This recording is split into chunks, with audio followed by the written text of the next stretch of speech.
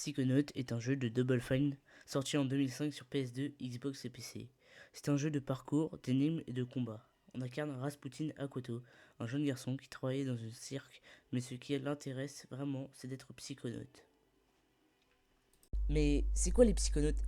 Les psychonautes sont des agents secrets qui viennent d'une organisation internationale qui a pour but de sauver le monde contre différents méchants, voire d'aider les problèmes mentaux de personnes par le biais d'un portail.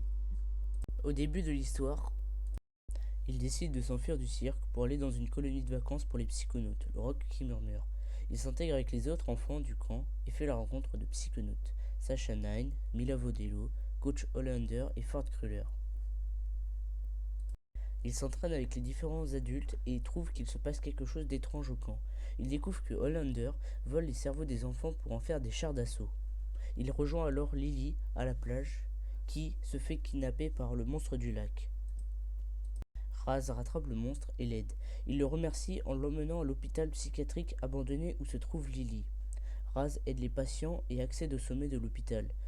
Il s'occupe de Loboto, un ennemi au service de Hollander, et sauve Lily, Sacha et Mila. Raz, à la suite de ces événements, se retrouve à se battre contre Hollander dans l'un de ses chars d'assaut. Après la défaite de celui-ci, Raz se retrouve décervelé. Il rentre alors en contact avec l'esprit du coach et l'aide avec ses traumas d'enfance et ses propres craintes.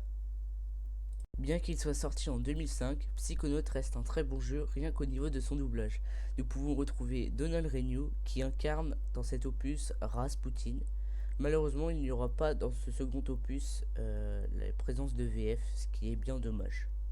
Psychonaut reste un très bon jeu en globalité, mais nous pouvons retrouver différents éléments qui pourraient troubler les joueurs, comme le manque d'indication qui reste très vague, les difficultés qu'on pourrait retrouver à terminer le jeu si on s'intéresse au 100%, comme la récolte de toutes les bribes d'énergie, tous les collectibles à récupérer, ce qui pourrait poser pas mal de problèmes à beaucoup de personnes.